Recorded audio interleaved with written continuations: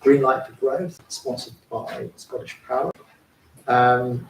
We know that the green agenda is huge for this government, both for lots of reasons. We need it for economic growth, securonomics in the broader sense of the importance of green energy, of energy resource from a geopolitical perspective, and obviously in terms of achieving climate goals. So it's a really important topic, and we've got a great panel here to answer your questions. I think Polly Billington is on her way, and I know Katie has to dash back to the conference centre for Ed Miliband's speech.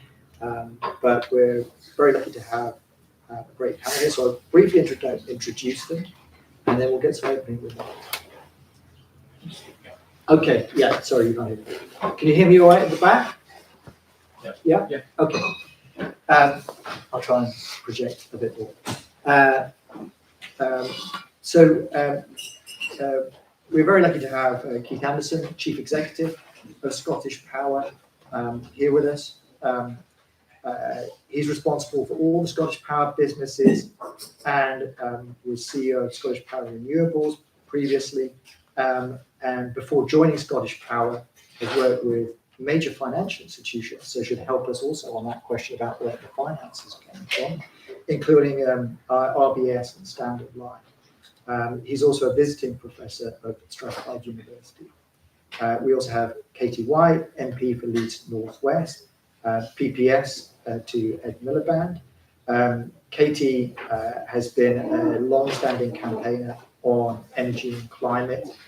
She co-led the campaign for the Climate Change Act in 2008 before working at the Department of Energy and Climate Change, and she's long campaigning on this issue.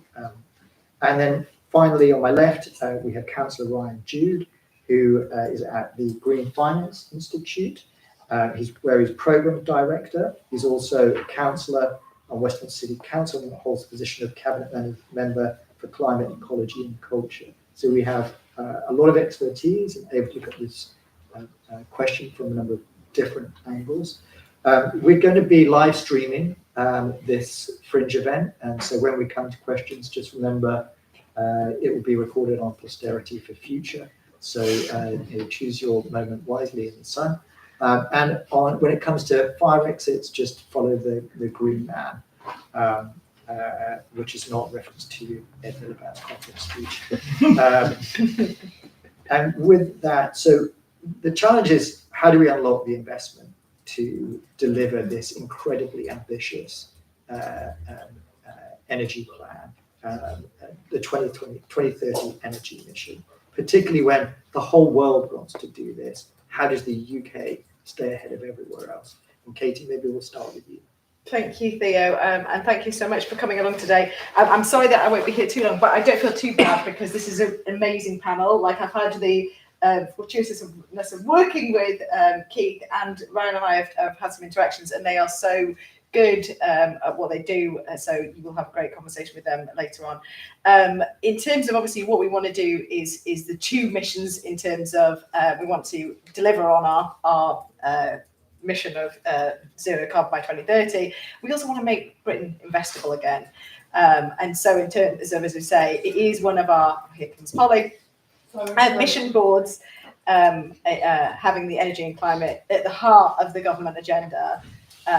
We want to make, deliver on that net zero commitment that you've heard about in 2030. It is an ambitious commitment, we know that, but we're keen to work on it. And one of the reasons, there's many reasons for doing that, but one of is that every family and business in Britain has suffered over the last 14 years, particularly over the last few years as the energy prices have just gone through the roof. And that has had such a fundamental impact on the whole of the economy and, as I say, on family and business. And the answer to all of those challenges is the clean energy revolution.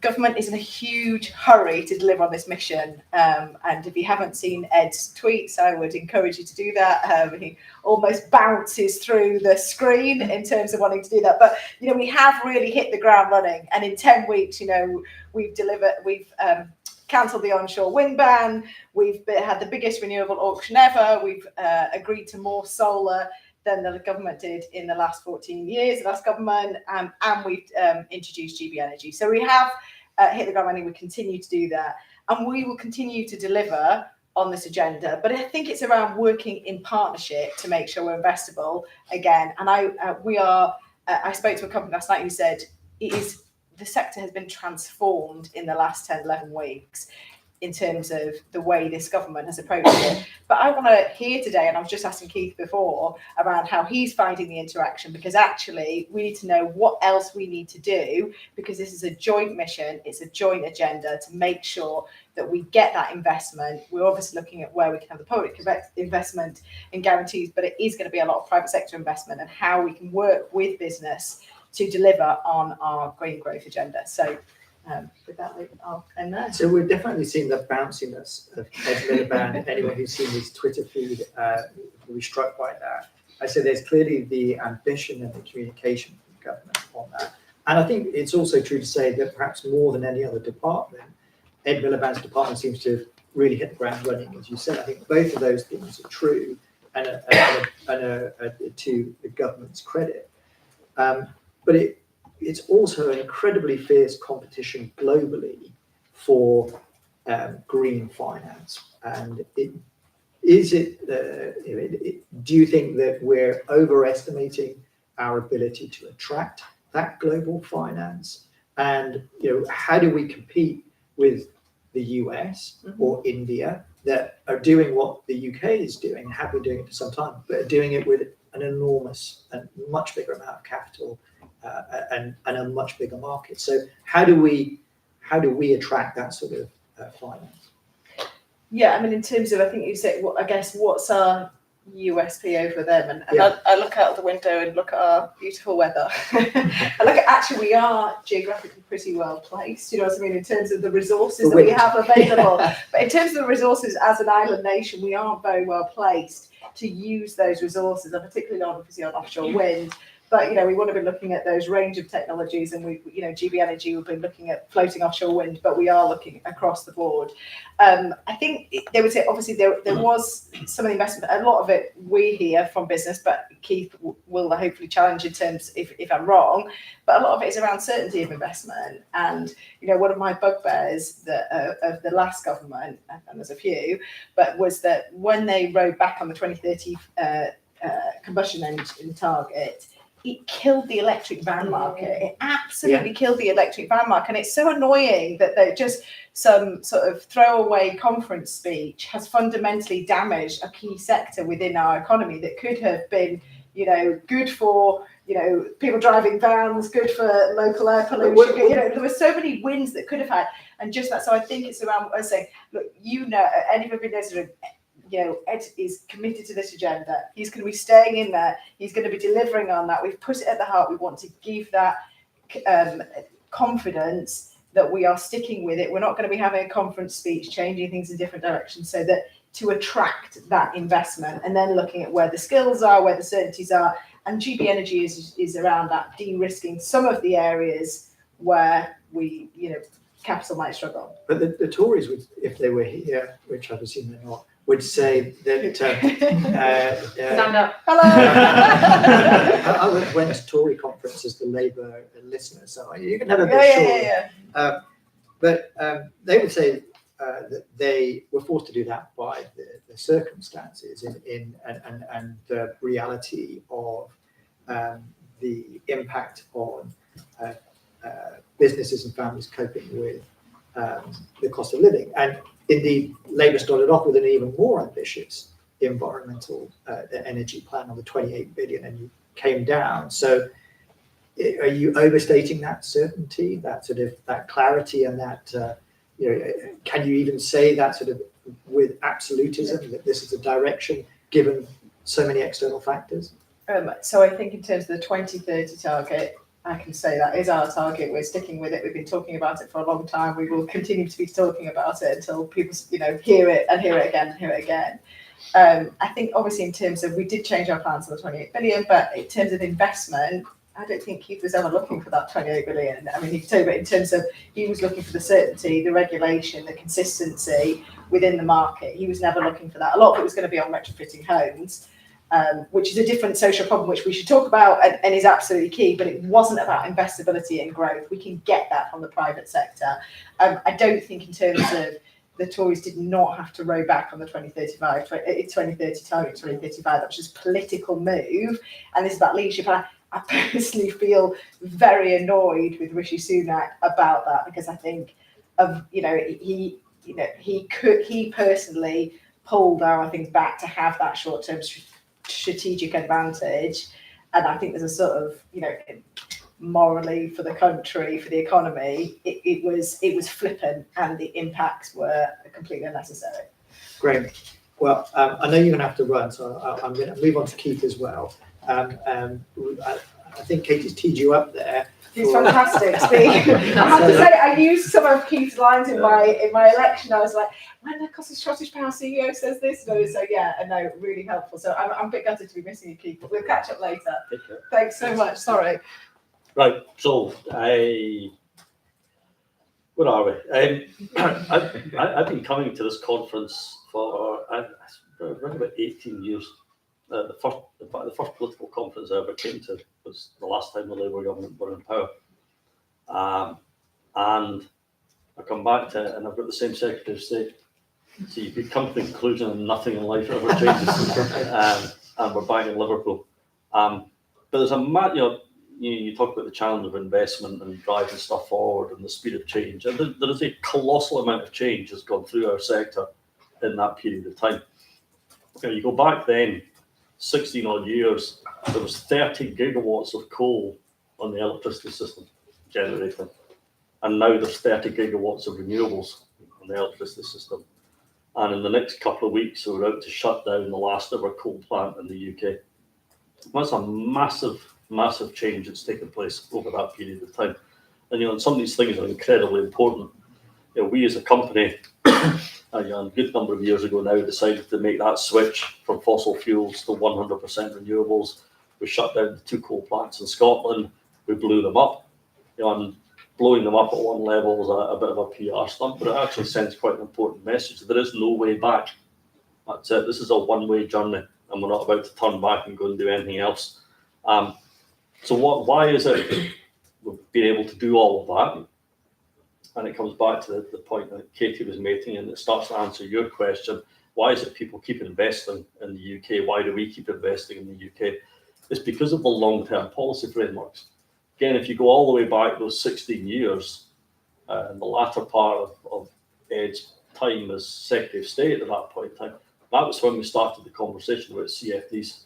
Mm-hmm. And they're still here. And that's what investors look for. That's what companies like us look for, that long term. The worst thing for us is if you chop and change it every year, and then we don't know what we're doing or why we're doing it. You go back that distance as well, you start to look at the investment framework for the network. Again, we've moved into the Rio framework, the current framework, and that's been going now for quite a number of years. And it gives us that same long-term view, that same clarity and certainty about what we're doing and why we're doing it and where the investment goes. And again, that's a really, really critical part of all of this. The biggest thing we need to look at now is speed.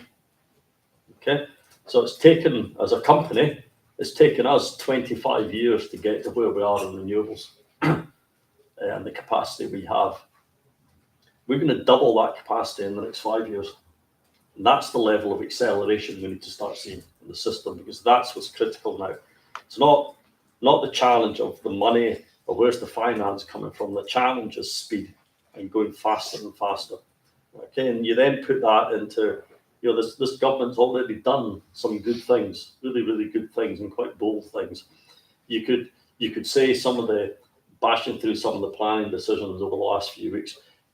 Some people, if you're being cynical, would say it's window dressing, but it sends a really good, clear message to whether it's local authorities or stakeholders or planning departments, which is if you sit on things, the decision will get taken away from you. And is that 25 year to 5 year? Is that part of the planning, or is it what's led to that speeding up? Size and scale of projects as well. Okay, and so making some of these bold decisions is really important for the signal it sends. And the other great thing the government did when they stepped through the front door was increase the size of the budget for AR6. And that's allowed projects to come through, a lot more projects to come through. And again, that puts a lot of confidence into the developer market and the investor market. Okay, and it gets to the nub of the point, which is if this country wants any economic growth, it needs more electricity. We need to invest in that grid system and in the generation. If we want homes built, AI technology, data centers, manufacturing, anything, absolutely anything we want to do as a country, we need more electricity. And that's where you get to the whole nub of the point around Clean Power 2030. Why it's so important. It's obviously important for environmental reasons and for tackling climate change, but it's monumentally important to drive economic growth in this country that we deliver Clean Power 2030 and get that plan. And the biggest difference, the two biggest differences this government can make by doing that, number one is to have a plan, because we have literally survived the last, whether you say it's 10 or 15 years, with headlines, promises, and no plan. No industrial strategy, no step plan. And that's the biggest thing. If this government, which is what they're focused on now, through Ed Miliband and through Chris Stark, and delivering that clean power step-by-step plan as to how you get there by 2030, that will provide so much clarity to everybody on what we need to do, what the challenges are, the decisions we need to make. That is incredibly important. So right now, for us as a global company, we're on the cusp of the UK becoming our biggest destination of investment. Bigger than the US, bigger than Spain, bigger than Brazil, bigger than Mexico, bigger than the rest of Europe. Okay, why? It's because of the ambition, it's because of the mechanisms, and it's because of the clarity and the certainty that we're being offered. And I said this a couple of years ago when the Americans launched their IRA scheme, and there was a huge concern from developers and investors that all the money was going to flood to America. Mm-hmm. We all said, tax breaks are nice. You know, I wouldn't say no to one. But you only get the tax break if you've built the bloody project. What's more important and gives you more confidence is if you're allowed to build the projects.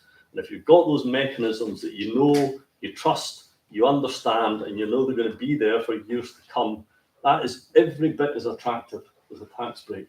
We can't outspend America, but we can be better, more clever, sharper, and faster than what they're doing in America.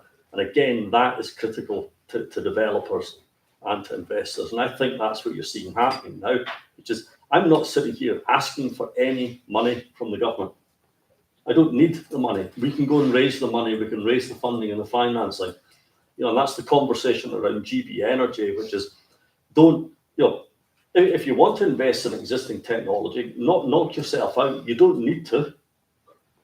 But I tell you what, see if you use the money you've got to help the switch to floating wind, use the money you've got to help create that market for CCUS, use the money you've got to help create a strategy and a market for hydrogen, that money will go a long, long way, and it will encourage private capital to flood into the market behind it. And then that's how you fill that gap to hit your clean power target. We'll deliver the grid, we'll deliver the offshore, the onshore, and the solar. And if we create the market for the CCUS, for the hydrogen, then it's actually realistic you can do it. And that has to be the plan. So that's a very clear description, a very positive one. You know, the government have the clarity and the ambition, which I don't think you can say that they don't in terms of Ed Miliband's bounciness, as we were saying earlier. And then if they're putting where they're looking for co-investment, if they're doing that about the higher risk areas, and then some the more the floating wind farms rather than fixed, that the money's going to come, and that sounds really positive, and that's a great and it sounds like there is a plan there, and as you say, I think there has been the absence of that. I'm going to come to the rest of the panel. Ryan, so you know, how do you see this global finance for green energy from your perspective? Yeah, I just found everything you said there really interesting, Keith, and there's going to be a lot of agreement here. As Theo said, I'm here with two hats on, so I'm Program Director of the Green Finance Institute, which is a non-profit set up by the government and City of London to advise on how we get that capital flowing, and then I'll touch on my council role later and why I'm really keen to see this mission delivered. But the major difference has already happened with the new government is that when we now talk to the ministers, we're talking about the details to get to this overarching mission of 2030 clean energy. Whereas the last couple of years has been almost trying to reconvince them that this is an important thing that we need to do. So once we've got that longer term ambition, this mission driven government, it changes the discussion instantly. And as Keith was saying, for the last few years, when we're working with big financial investors, when we're working with industry, it's not the money from government that they want to deliver this sort of thing. It's that long-term certainty. It's where do you want the place to be in 10 years' time? And then it's speed. The biggest blocker to us reaching 2030 net zero grid is the queue in the grid. It's the queue in connections. 700 gigawatts are now on the UK's queue to connect. That's more than 3 times the capacity that we need in this country to reach our net zero targets in 2050. So for this specific mission, we're going to be fine. The money's there. These guys are ready to invest. And this government, they've got MPs like Polly who have spent their career trying to get to this stage. We're going to make sure we deliver it. The wider net zero targets, though, I think it is really important to touch on. And this is where the National Wealth Fund becomes really important. The CCC estimates that we need around £50 billion every single year from 2030 to reach net zero. You asked if there's enough finance out there. There's £9 trillion of assets under management in the UK. There's over $100 trillion of assets under management across the world. So £50 billion every year, it's a drop in the ocean. With the government pump priming the markets that we need, and that's what our advice on the National Wealth Fund has been. The 7.3 billion with this 1 to 3 leverage ratio of public to private finance needs to be targeted on the next set of industries, the next set of manufacturing and jobs that we want to see in this country. Offshore wind, onshore wind, solar, it's going fine. You don't need that public money there. Floating, GB Energy can step in. Gigafactories, CCUS, green hydrogen, green steel, that's where the market isn't currently investing. So it's only right that the government steps in and supports that and helps crowd in the other finance. And 7.3 billion, if you apply that 3-to-1 ratio, we're not quite at the 50 billion just yet, but there's already so many grant pots out there. And when it starts to add up, we are pretty much on track with what CCC wants us to be doing. So I'm just hoping when the Wealth Fund gets stood up that it is investing in the areas that we've provided our recommendations on. But a key part of making sure it's successful is making sure that Keith and the rest of the industry guys are in the room talking to government and saying, we don't need this, this is what we need. And this is a non-fiscal fix that you can do that will unlock this amount of capital. And I'm feeling quite confident that we're going to be getting that. I'll quickly just talk about it from my council perspective. We talked about the co-benefits in terms of reducing people's energy bills and supporting businesses in reducing their energy bills. But there's a nearer term political reason that we need to deliver this. Obviously, for the national picture, delivering this mission means that Labour will hopefully get re-elected next time and then have this decade of renewal that Keir keeps talking about. But local councils, we all have our own net zero targets. Ours is 2030 to have Westminster City Council net zero. The issue is that if I electrified every single thing in the city, I would still not be net zero if we don't have a net zero grid. So I have a vested interest in ensuring that this happens, no matter how ambitious it is, because I have my own political targets that I need to meet. And there's over 300 councils across the country who have the exact same conundrum. And in Westminster, I am always asked to mention the fact that we are the top ranked council in the country currently for climate action, according to Climate Emergency UK. And if we're not on track because of this, then every other council's struggling as well. So with the councils, they've got a supporting voice here of people who also want to make sure that we succeed on this. And my final point, bringing it back to investment, there's a lot of research out there showing that delivering a lot of this money via local councils will be about half the investment need in the country to reach net zero, with a lot more of the social co-benefits, because we know our areas best. We know the most efficient way to get the money out there. We know where it's going to have the biggest bang for its buck. So I'm very excited that GB Energy is going to have the local power plant attached to it, some of that money coming via us as councils. And Polly obviously used to run UK 100, so knows this well. But I'm really looking forward to working with Polly, Katie, and the other MPs who really do get this. So Polly, UK 100 was if anyone doesn't know, sort of network of local authorities trying to go further on net zero. So no one really knows more about the role of local authorities in trying to achieve these goals. And I saw you nodding along vigorously as well with Keith. So how do you see this challenge and how do you think we're doing? Well, it's lovely to see the stuff that I've been banging on about actually happening. So, for example, when, as the chief executive of UK 100, we lobbied the previous government for a net zero development bank. Now, sometimes it doesn't matter what it's called, as long as it happens. If you're a good campaigner, you can relax on some of the language in order to be able to get the function that you need. And I think the combination of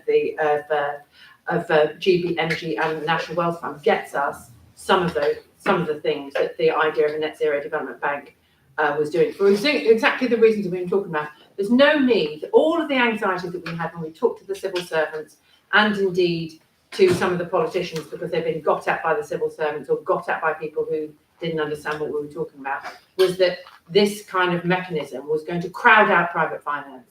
And it's like, no, look, we know what private finance can do.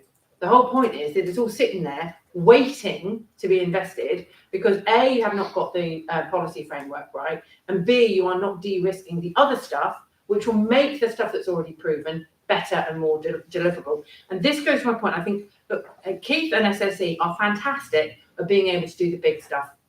GB Energy will be fantastic at the moment at de-risking more big stuff. But you and I know, if we look out there, decarbonisation of the grid being fundamental to being able to transform a city like Liverpool, there will be lots of other, because I'm just looking at it like that and thinking, right, okay, where do we start with the energy efficiency measures, right? That decarbonising the places in which we live and work is going to be more than just about the grid. And it's going to be about making sure that proven technologies are integrated into projects in places. And that requires actually, even if they are proven technologies, so normally you kind of go, well, that doesn't need any extra financing because it's complicated and difficult because you're dealing with Victorian infrastructure, complicated places where people live. Nobody wants the dust and the disruption and so forth. And that you've got the legal frameworks which make things more complicated. You're going to have to put a bit of money into that. So that's why I'm particularly keen on making sure that local energy plan money, that local energy fund money, works in that way, so that we are not thinking this is all about the big kit, because we all like to stand in front of wind turbines. Well, those of us We do. those of us who like getting elected, who like standing in front of wind turbines, or indeed whatever. But I think what's interesting is this is also about making sure that people can see things in their own communities that become part of the warp and weft of their lives, and this at a local level, integrating those proven technologies into ways that people can live their lives with clean technology is vital. And at the moment, that is going to be the big local delivery challenge, which will need to have a little bit of help on the pump priming and the investment. And I think that's where that's where I would sort of say, of the things that we've got laid out, that's where I'd like to kind of get onto the bonnet and make sure that we get that right. And that's partly because, yes, we need to work with local councils in order to be able to deliver, but again, it's also about the capacity to be able to do that. So again, for those, I know it's probably full of energy boards in here, so it won't matter too much if I talk about things like this. But local area energy planning, right? If we're talking about today, we're talking about new homes, right? And we'll be talking about them being environmentally good and socially good. That means they need to be planned right, and that includes the energy planning that supports them. So nobody should be building things which do not have, which are not high energy efficiency building standards, that we don't have that electric heating that we're talking about, that we don't have electric charging points, that we don't build houses without bus services, please.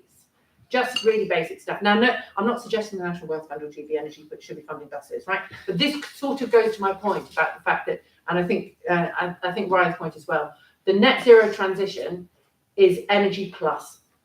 We need the GB Energy and the National Wealth, GB Energy in itself will be dealing with that big kit and as well with those integrated local projects. The National Wealth Fund has opportunities to be able to do other aspects of that net zero transition, and we need to be thinking beyond that in sort of more than 3 dimensions, as it were, as to what other government responsibilities are, and local government responsibilities, and indeed the private sector's responsibilities are, of transforming our economy across sectors. And that will require different kinds of investment. I just want to sort of put it into that context, because we all love to talk about the big kit. We all love to stand in front of it, and we love to talk about the transformation of the grid. Those of us who know that without it, none of this will happen. But that transformation of the grid will only ultimately work if we manage to get that local transformation happening.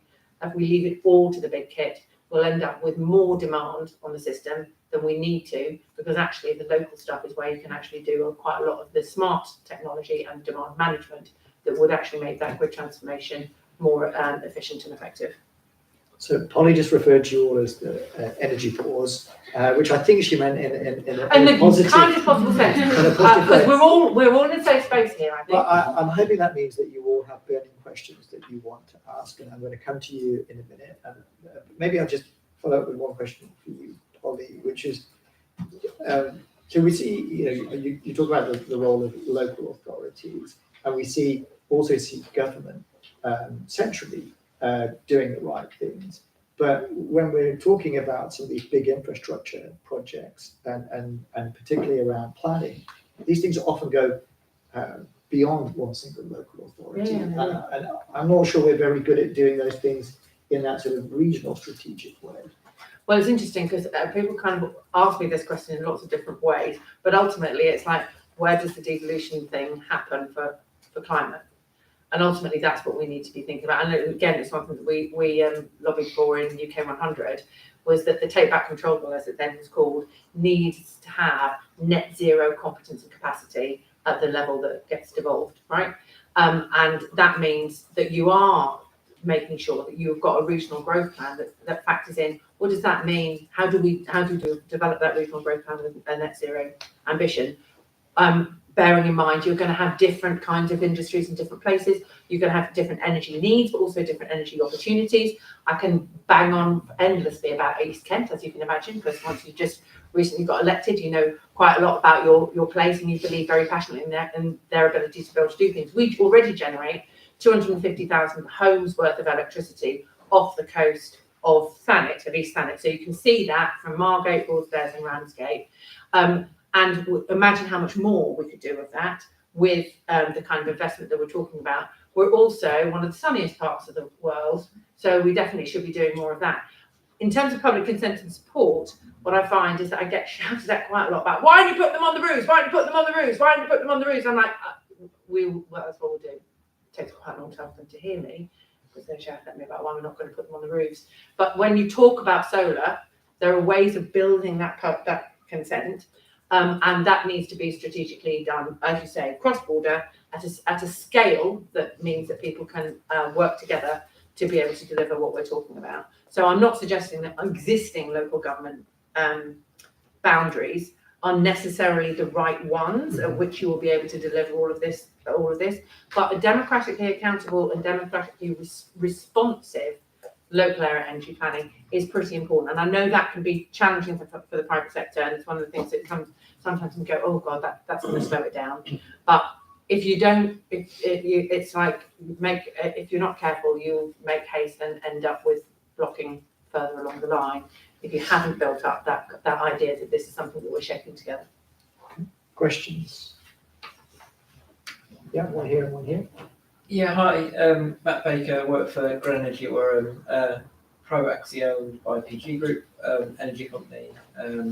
We are investing 300 million in Glasgow to build the biggest heat network in the UK. All the points you've said kind of really resonate. I'm here in the second capacity because as an industry group, we're kind of trying to come together to be more effective, because we haven't done a good enough job to get heat onto the agenda. So to decarbonise heat at the rate that's required, we'll need all the power that we're talking about, and 40% of that decarbonisation will come from heat networks. It's a mixture of a kind of a professional plea, but also an offer of support. So there's a vacuum at the moment about heat in the narrative that's going out of government, and I think it's a huge kind of missed opportunity for growth. I think it's a huge missed opportunity for GB Energy, and there's just a risk that we kind of crowd out the investment we can make by, and it shouldn't be instead of, but as well as that focus that we've been talking about, because the challenge I face kind of every day is going to our investor and them doing that kind of global scan And exactly the things that you were talking about, Keith, we're in a really fortunate position where we don't need the government money. And actually the bureaucracy attached to getting government money is not particularly helpful, both for delivering net zero, but also for our investor. So we really need to kind of be able to kind of get into that. But do you need regulatory change? Do you need local leadership? What's the thing that's stopping you? It needs to be treated like any utility, just like everybody else. So if you take the planning, within like complete geek of the recent planning consultation, if you just insert the words "and decentralized energy" after onshore wind, that will be enough. So it's kind of, just let's go back to basics, treat it like utility, absolutely regulate it through Ofgem, absolutely put things around price controls, and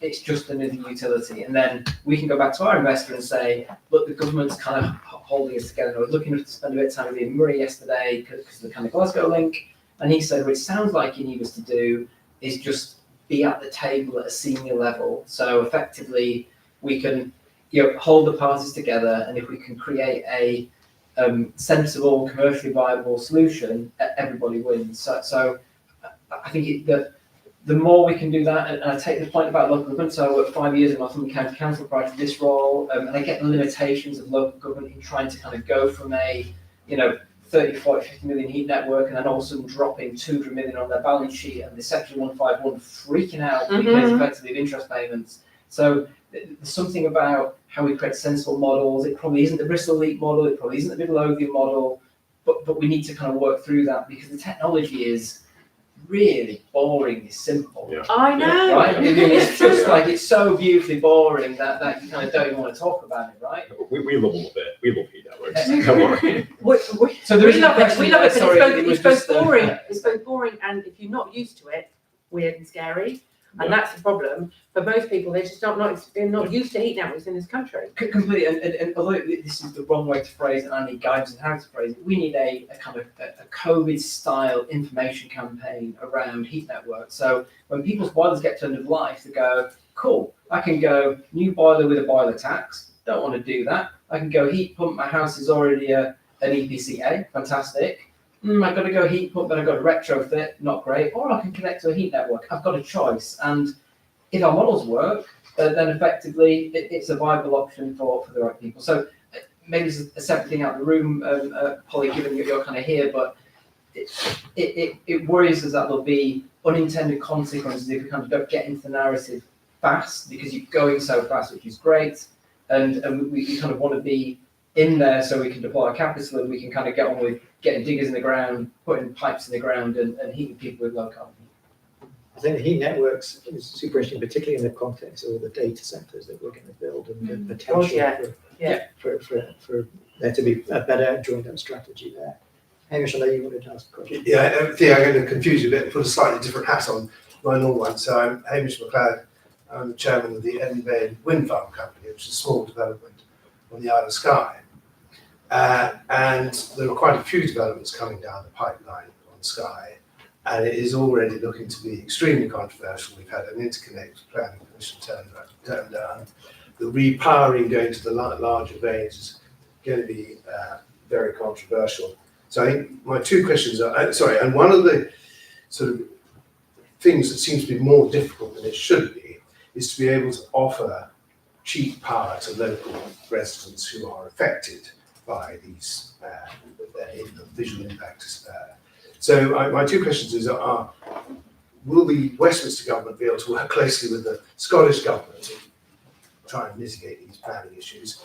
And secondly, in terms of the business model and being able to offer cheap power to local residents, is that something that is feasible? I think this is a really interesting topic of the idea of not just with energy, but with wider infrastructure projects. How can you incentivize local communities that would otherwise stand in the way? I don't know if you I mean, this is my favourite subject. Sorry, so I'll try to keep it brief. One is I'd be very wary as a private investor to think that people can be bought off with a tenner off their bill alone. It's heavily transactional. It doesn't really respond to people's anxiety about the change in the place in which they live. And I know that actually when you do the wind farm thing, we were talking about it this morning, like people who've had, councillors who've had literally had death threats about having wind turbines installed, and 8 years later, candidates like me have stood in front of wind turbines and won on the basis of saying, we need more of this here. So there is a kind of hump that you have to get over, which is literally dangerous for elected politicians. Let me just point that out. That was like a death threat for clean energy. Which does suggest to me that a tenner off the bill probably isn't going to pass the smell test for many people. But people's understanding about place, and you're talking about Skye, right? It's important for people who haven't even been there, I think, let alone the people who do live there. And the sense of place is very important. So we mustn't consider that everybody who is objecting is a crank or a loon, or has no legitimacy for their concerns. So therefore, building the coalition needs to be about more than the transactional monetary benefit. It needs to be about something which gives back.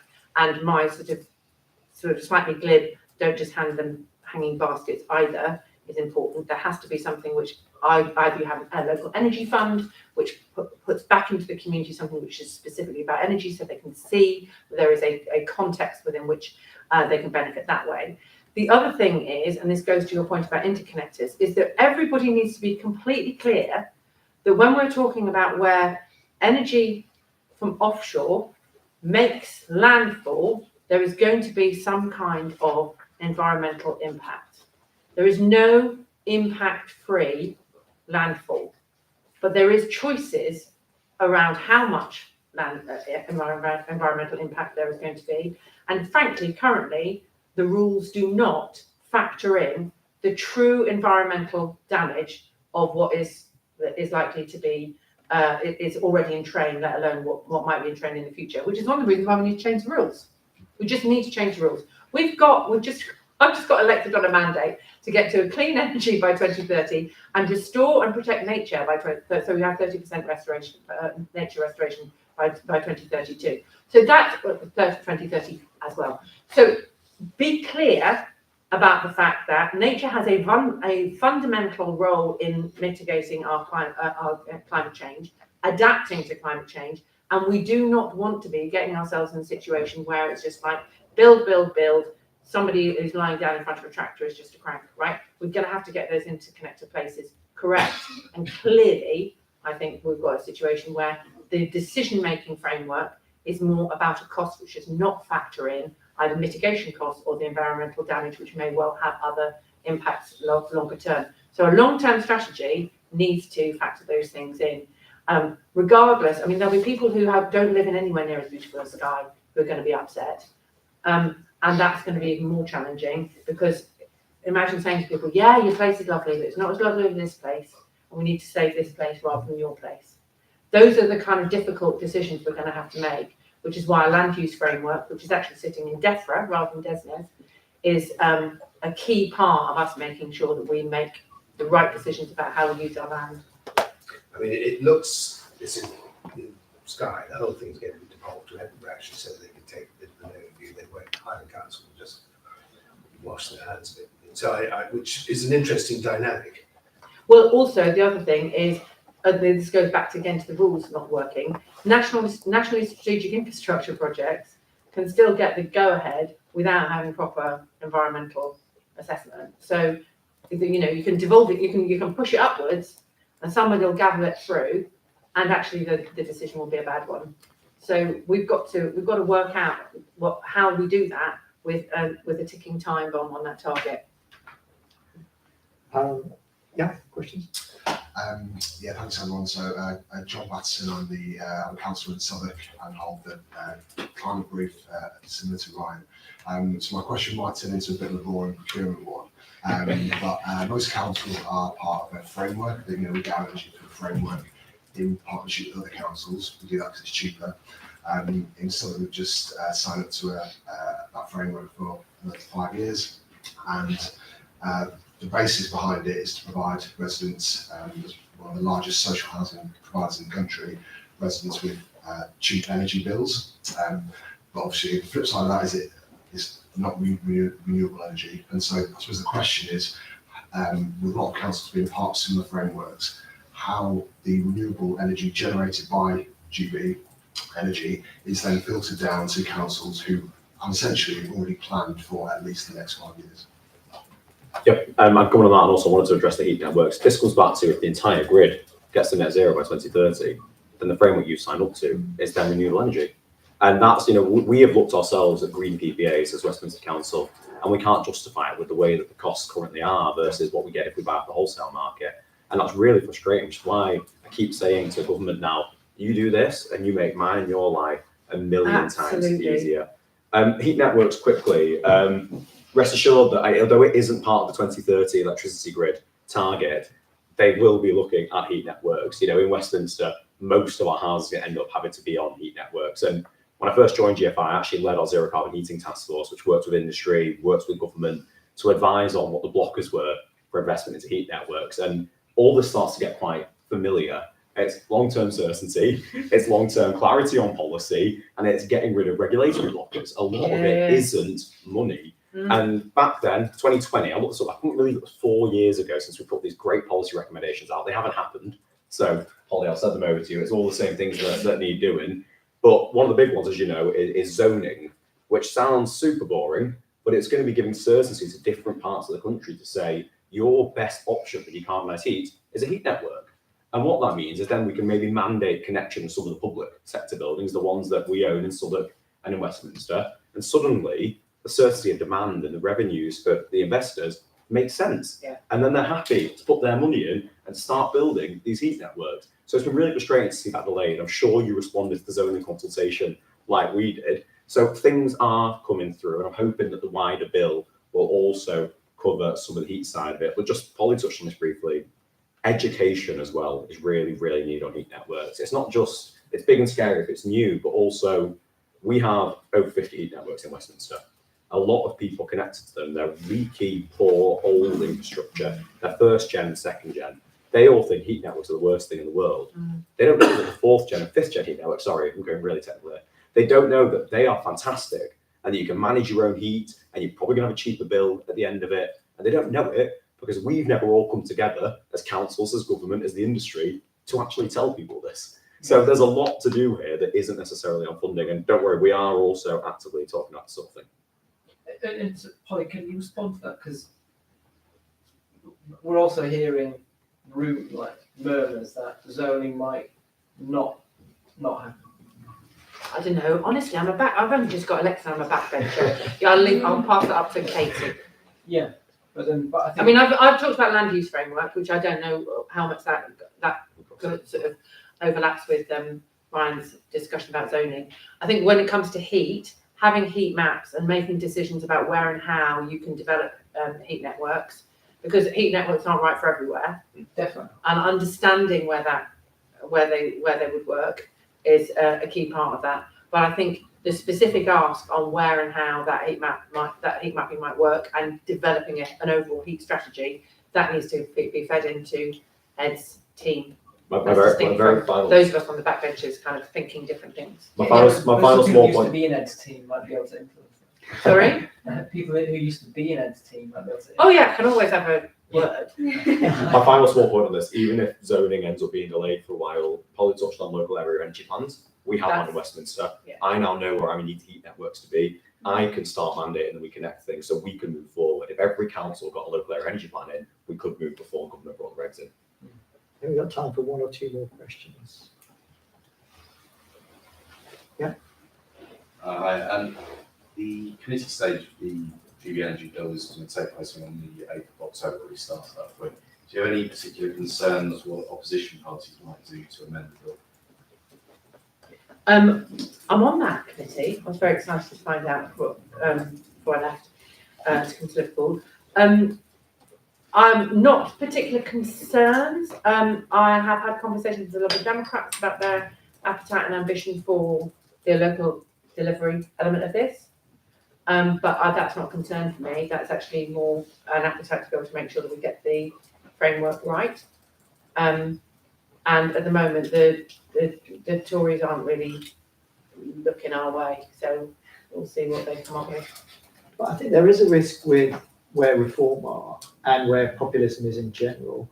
Well, I was going to say, beyond the specifics of the committee, we're going to talk about the wider politics of it, Yeah. right? The wider politics of this is that, I mean, I had some of this conversation this morning. There's 15% of people who don't believe in climate change and think it's all a hoax. Net zero is terrible. Their bills are going up and we're all bad people. They also tend to have an anti-woke agenda and have got what they call sort of issue stacking, where they all think almost everything that we think of as our sort of values in the Labour Party they're against. I'd put them in the against column if I was doing the door, right? And then walk away. There are some people, but that's 15%. And it's a bit like when people say, oh, the trouble is, in our part of the world, we've got 7% of our homes are grade 2 listed. I go, you know what? I'd start with the 93% that aren't. So I would say, let's start with the other 85% of people who do believe that do understand that climate change is real, that do want to have energy security, that do want to have lower bills, that do want to invest in clean energy and work from there. That is where we need to be. However, again, going back to the issue about local, is with all of this will end up happening in places, with the exception of offshore floating, and I'm sure someone will have an opinion about that at some point. These things will happen in places, and I can already see the risk of a coalition of Greens, Reform, and Tories on particular projects, and we will be the defenders of the status quo, the defenders of concrete, whatever it is, against these people who are standing up for the plucky locals and are green and pleasant. So that's one of the reasons why we need to make sure that we get not just the framing right, because obviously I sit here as a comms person, and therefore anytime I kind of veer into policy, I just feel a little bit uncomfortable. But I am one of those comms people who says, I can't do anything about your policy, I can't polish it unless you got it right. Okay, I'm not going out and defending something that's rubbish. So can we make sure that the planning frames that we're getting have environmental and social, and as well as economic justice built in? Any last questions? If not, I'll ask the panel just to give a few thoughts or reflections, sum up briefly on what we've heard today. I think we've had fairly consistent, positive views on what the UK can do. I think the challenges that we've talked about seem to be in pragmatic solutions rather than sort of, all of these things are difficult but solvable is what we're hearing. But is that fair? Yeah, I mean, and clean power, policy, clean power 2030 isn't everything and anything. It's going to be a massive focus, but it doesn't mean other stuff can't be done and heat can't be looked at and other projects will get looked at as well. But clean power 2030 is incredibly important because it does get you to that point where you can really have a conversation with everybody and anybody about how do you take part in tackling climate change. Well, what you do is you plug things into a socket because it's all clean. And that's a brilliant place for the country to get to and the country to be, and really important. And that also helps drive a lot of conversations about heat and the conversion of the heating system as well, which I think will massively help, and transport as well. So that's all good. There's a lot of this is going to be about speed, pace, but it's going to be about taking difficult decisions because the plan for Clean Power 2030, the original, the first bit of it, which will be done by the system operator, of what grid can be made available and how you get the grid ready for clean power. And then there'll be an overlay done on that on which projects, whether it's offshore wind, onshore wind, etc. And there'll be a gap. Undoubtedly, there'll be a gap. And that's where you'll need new technology to come in, like CCUS, hydrogen. Okay. But what it'll also do, I suspect, on the first draft, it'll tell you it can't be delivered. Yeah. Okay. Yeah. And that's the honest truth, because if we carry on working the way we are, it will not be delivered. No, exactly. And now you're going to get into a conversation about here's the difficult choices and the challenges. Are you willing to make them? Okay. Because that'll drive a process to look at how do you redo the grid queue. Because you can't deliver clean power with the existing grid queue. there are more than enough projects in that queue to deliver clean power, Yeah. but they're all in the wrong bloody place in the queue. Mhm. Okay, and you'll need to identify and mapping out with the grid where can the projects go, because there'll be grid capacity in certain areas, but not in every area to get to that clean power number. So then you're going to start accelerating certain projects depending on the type of technology, and accelerating certain projects depending on the location of the country. And those will be difficult choices, because there are people sitting in that grid queue just now who think they have a legal entitlement. So you'll end up, are you willing to really go after that and challenge it? You're going to get into difficult conversations about the planning system and what you do about the planning system. And the criticality of getting that clean power plan by the end of the year is it allows you to feed that into the planning bill that's going forward early next year. And what changes do you need to make to the planning bill? Okay. And then you need to look at the procurement process, because we need a massive increase in supply chain and access to supply chain to deliver it all. Okay. So we'll find a way of doing it, and we'll find the solutions, and then it'll be the difficult conversations about are you really willing to go after it, and then we'll see, then we'll see when the tires hit the ground and how fast we can go. But it becomes critical to do it, and I think one good thing, actually, there's a document out today that talks about people's reaction to infrastructure, and I think, Paul, you said something really important. It's that period between talking about it and it being built where there's uncertainty and the unknown. And the report out today talks about the last big 400 kV line to be built down through Scotland, from Bewley to Denny, from the north of Scotland down to central Scotland, which holds the unenviable record of being the longest public planning inquiry in Scotland's history. 15 years it took us to get that through the system. But what the report shows you is, because the big concern was we're going to trash the value of people's houses in their communities. And what it shows you is, in the 15 years it took it to get through planning, it did have an impact on people's confidence, it had an impact on investment in the area, had an impact on people selling or thinking about selling houses. In the 15 years since it's been built, the exact opposite. In the 15 years since it's been built, house prices in all of those communities have at the very least tracked in line with the average. And in some cases, it's gone up, because what you found is what that grid line has also allowed, it's allowed other economic development to take place, because you can put manufacturing in, you can build houses, you can grow the economy in the local area, because you've got access to the grid and access to power. And it's those kind of stories and messages that we need to get out there. That is also why it's crucial to really cut that upfront period. If you allow these things to go on for 15 years to make a decision, you just create 15 years of uncertainty. And the more you can chop that in half, quarter it, get it down to 2 years, the better. Great, well, very clear programme for government there, and I think you're right that energy bill and then tackle planning with the thing when we get to the planning bill, and we haven't been able to solve an energy because of planning. There's the opportunity to do that then. Brian and then Polly. Yeah, I guess just to summarise my thoughts, if this was a question, can we unlock the investment to reach the 2030 energy mission? The answer is absolutely yes. And as you've heard, it's not for a want of capital. The capital's there to invest in specifically the mission. If anything, there's too much capital.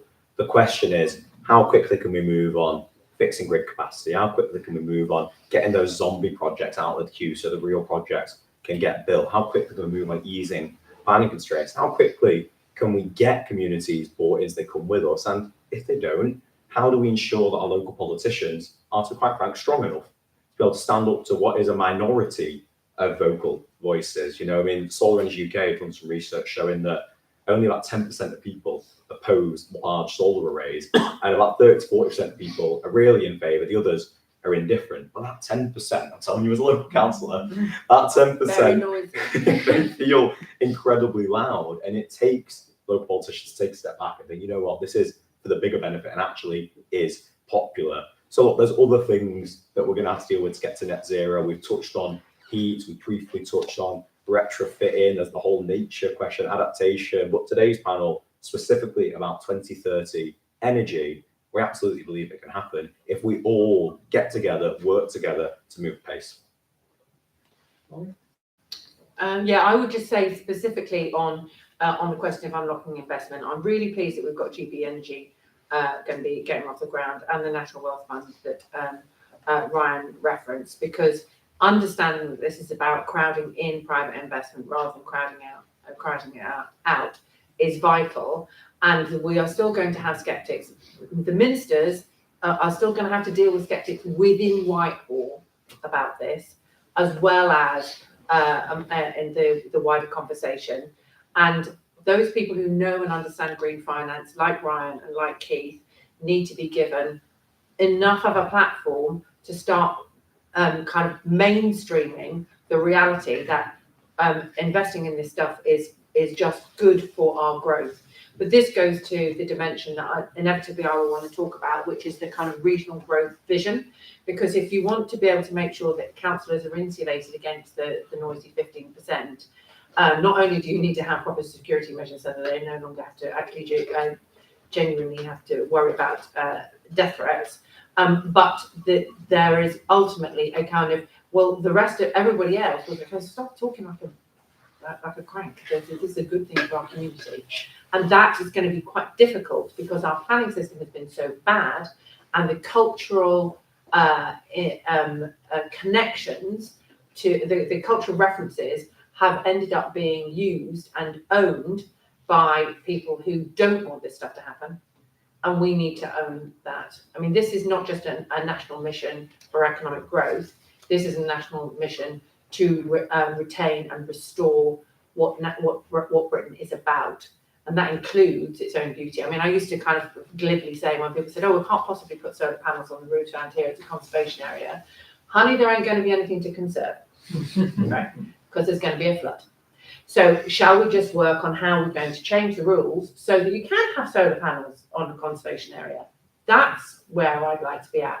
And we need to be able to build people's confidence that those kind of things are in their interests and that they're in their community's interests. So without that, you can have all the money flowing that you like. You'll end up with a technocratic, privately dominated delivery mechanism, which will not take people with us, and will end up with quite a lot of resistance. So I totally recognise that what we've got is a lot of money available and ready to go. That money needs to be given the right certainty and direction, like everybody wants out of their government. And we also need to recognise that we will need to do this with our communities in order to be able to make sure that when people are thinking about, actually, how do I want Britain to look? How do I want Britain to feel? How do I want my community to be? And how confident do I feel that I'm going to be able to do all the things that I want to do, as well as tackle this complicated thing called climate change? We've got something that actually works for them. Great. I want to thank you all for making it through the rain and for putting up into being bored. But I thought it was a super interesting conversation. Super interesting. I hope you did too. I want to say thanks to the SMF team for doing the live streaming and organising the event. And thanks to all the panel, and thanks to ScottishPower for sponsoring. So if you put your hands together in one way.